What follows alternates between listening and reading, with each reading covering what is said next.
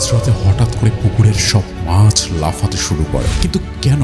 Torch লাইটের আলো পড়তেই সে যা দেখেছিল সেটা মানুষ ছিল না, 2 গুণ বড় একটা অবয়ব, কিন্তু তার গলা নেই আর শরীর থেকে ফুটন্ত পুঁজ বের হচ্ছে। আর সবচেয়ে ভয়ঙ্কর ব্যাপার হলো সেটা পানির উপর থেকেই দৌড়াতে শুরু করে। আধা ঘন্টা ধরে চলে তাদের মধ্যে ধস্তাধস্তি, আগুনের মতো জ্বালা আর মৃত্যুর থেকে পালানোর চেষ্টা। অবয়বটা একটা কথা বলছিল, আজ অমাবস্যা, যাকে ধরি তাকে মেরে ফেলি। 2 মাস আগে তুই একটা সাপ মেরেছিলি, মনে আছে? আজকের যে গল্পটা, এটা সত্যি নাকি অভিশাপ? ওয়েলকাম ব্যাক ডিয়ার লিসনার্স, রহস্যবৃত্তের 108তম এপিসোডে সাথে আছি আমি বিপ্লব। আজকের ঘটনাটি লিখে পাঠিয়েছেন সৌদি আরব থেকে সাকিব নামের একজন। সাকিব ভাইয়ের বাড়ি কুমিল্লা জেলায়। এর বেশি কিছু অবশ্য তিনি প্রচার করতে নিষেধ করেছেন। সাকিব তার আপন কাকার সাথে ঘটেছে একটা ঘটনা আমাদের কাছে লিখে পাঠিয়েছেন। সাকিবের কাকা ছিলেন একজন মাছ ব্যবসায়ী। তিনি নিজেই তার পুকুরে মাছ চাষ করতেন আর প্রতিদিন রাতের বেলা নিজেই সেগুলো পাহারা দিতেন। একদিন প্রতিদিনের মতো তিনি রাতে পুকুরে পাহারা দিচ্ছিলেন। হঠাৎ করে তিনি লক্ষ্য করলেন যে পুকুরের মাছগুলো অসহায়ভাবে লাফাতে শুরু করেছে, তাও একদম মাঝরাতের বেলা। মনে হচ্ছিল যেন কেউ পানিতে নেমে মাছগুলো ধরার চেষ্টা করছে। সন্দেহ হওয়ার কারণে সে দ্রুত তার রুম থেকে, অবশ্য ছোট্ট একটা খুপড়ি রুম ছিল আর সেই রুমটাও পুকুরের পাশে, তো যাই হোক, রুম থেকে বের হয়ে টর্চ লাইটটা চালিয়ে পুকুরের দিকে তাকান সাকিবের কাকা। তাতে তিনি যা দেখেন সেটা দেখার জন্য মোটেও প্রস্তুত ছিল না। তিনি দেখতে পেলেন একটা অবয়ব, যেটা দেখতে কিছুটা মানুষের মতো আর কিছুটা বিকৃত, একটা অন্য প্রাণীর মতো, যেটা দেখে আসলে কোনো প্রাণীদের ডিফাইন করা যাবে না। সে বলতে পারবে না যে এটা কুকুরের মতো দেখতে নাকি কাকের মতো দেখতে, এটা সে বলতে পারবে না। একটা অদ্ভুত রকমের দেখতে, যেটার আসলে গলা ছিল না, মানে যেটার মাথা আর বডির সাথে লাগানো ছিল। মনে হচ্ছিল যে গলা নেই, বডির মধ্যে লাগানো আছে এরকম একটা ক্যারেক্টার। আর এটার আকৃতি ছিল মানুষের চেয়ে প্রায় দ্বিগুণ। সবচেয়ে ভয়ঙ্কর পার্ট হলো সেই যে গলার অংশটা ছিল, যেটার এই জায়গাটা দিয়ে মোটামুটি কাঁধের পাশ দিয়ে পুঁজের মতো সাদা কি জানি বের হয়ে আসছিল। মনে হচ্ছিল যেমন ফুটন্ত লাভা যেরকম বের হয় এরকম ভাবে গল গল করে পড়ছিল।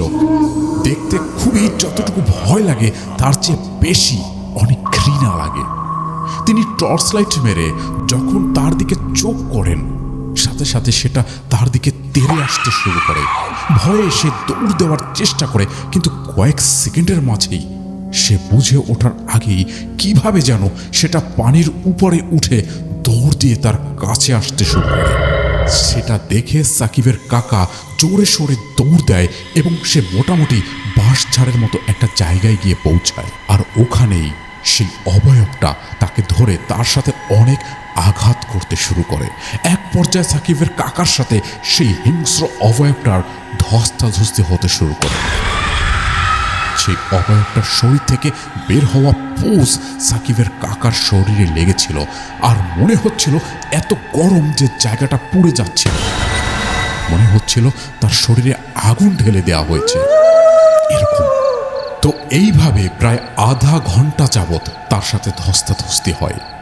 এরপর সাকিবের কাকার শরীরটা অবশ হয়ে আসছিল আর ঠিক সেই মুহূর্তে তিনি প্রচণ্ড শক্তি নিয়ে অনেক কষ্ট করে একদম জোরে সেই অবয়বটার বুক বরাবর একটা লাথি দেন।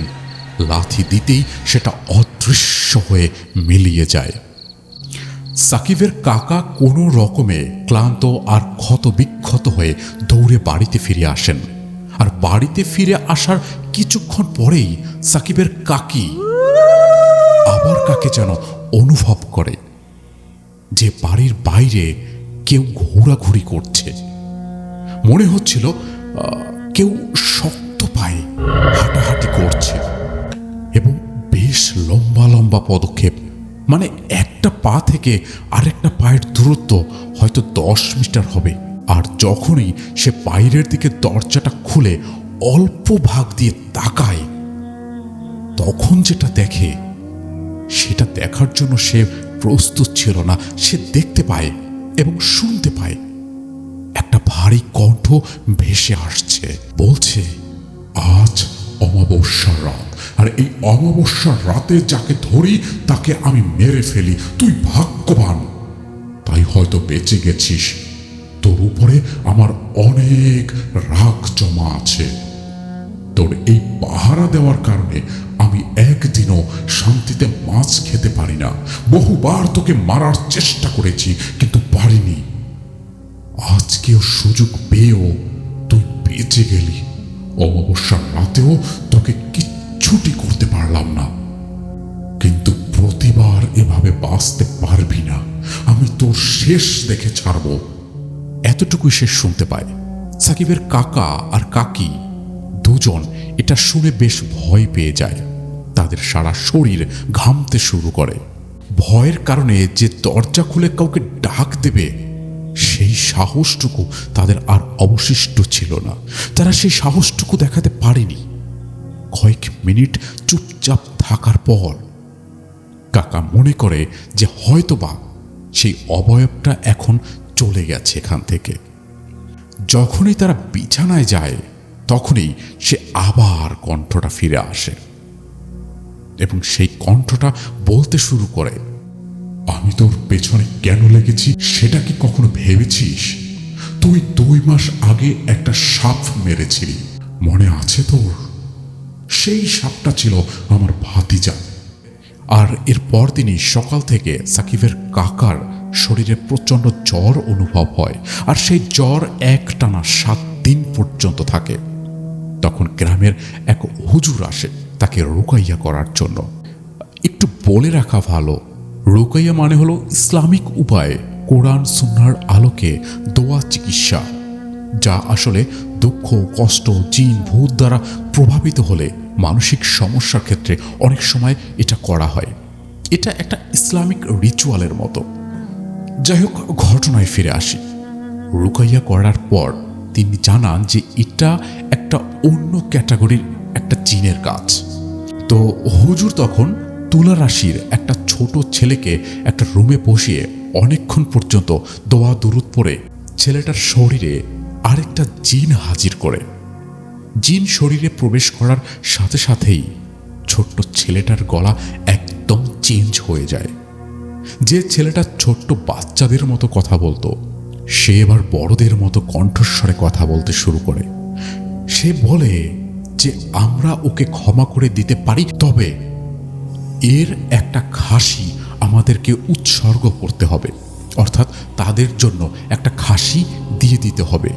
সে যদি একটা বড় স্বাস্থ্যবান খাসি আমাদেরকে দেয় তাহলে আমরা এই জায়গা ছেড়ে চিরদিনের জন্য চলে যাব, আর কখনোই ওর মাছের পুকুরে আমরা হানা দেব না। তো সাকিবের কাকা এটা শুনে আর সে ঝামেলা করতে চায় নাই। সে সেদিন রাতেই একটা খাসি এনে একদম পুকুরের মধ্যে ছেড়ে দেয় এবং দেখা যায় ওই খাসিটা পুকুরের মধ্যেই, মানে মনে হচ্ছিল পুকুরের মধ্যেই কোনো কিছু ওই খাসিটাকে টেনে নিয়ে যাচ্ছে। পুকুরের মধ্যে খাসিটাকে ডুবিয়ে ফেলেছে, এরকম যে খাসিটা উপরে ওঠার একদম বিন্দু মাত্র চেষ্টা করছে না। পুকুরে ফেলার সাথে সাথেই কোনো কিছু যেন খাসিটাকে টেনে নিয়ে গেল, আর খাসিটারও কোনো অস্তিত্ব আর পুকুরে পাওয়া গেল না। পরবর্তীতে আর পাওয়া যায়ও নি যে মরে গিয়ে ভেসে উঠেছে, এরকম কিছু না। আর কখনো ওই খাসির কোনো অস্তিত্ব পাওয়া যায়নি। খাসিটি পুরোপুরি গায়েব হয়ে যায়। তো এই ছিল সাকিবের কাকার ঘটনা, যেটা শুধু একটা গল্প নয়, বরং এমন কিছু যার ব্যাখ্যা আজও কেউ ঠিকভাবে দিতে পারেনি। আপনার কি মনে হয় সাকিবের কাকার সাথে যেটা ঘটেছিল সেটা কি সত্যি, নাকি কোনো জিনের কাজ ছিল, নাকি এর পেছনে লুকিয়ে আছে আরো ভয়ঙ্কর কোনো রহস্য? আপনার মতামত অবশ্যই কমেন্ট করে জানাবেন, কারণ আপনাদের এক একটা কমেন্ট আমাদের পরবর্তী গল্পের দরজা খুলে দেয়। আর যদি এমন বাস্তব ভৌতিক ঘটনা শুনতে ভালো লাগে তাহলে এখনই চ্যানেলটি সাবস্ক্রাইব করুন এবং এই ভিডিওটি আপনার ভালো লাগার মানুষদের মাঝে শেয়ার করে দিতে পারেন। আমরা আবারও বৃহস্পতিবার নতুন কোনো অজানা অন্ধকার আর শিহরণ জাগানো ঘটনা নিয়ে ফিরে আসব। ততক্ষণ পর্যন্ত সাবধানে থাকুন, কারণ সব কিছু চোখে দেখা যায় না। এতক্ষণ আমি বিপ্লব ছিলাম আপনাদের সাথে, আর আপনারা দেখছিলেন রহস্যবৃত্ত। আজকে এখানে বিদায় নিচ্ছি। ভালো থাকবেন, মোস্ট ইম্পর্টেন্টলি রহস্যবৃত্তের সাথে থাকবেন।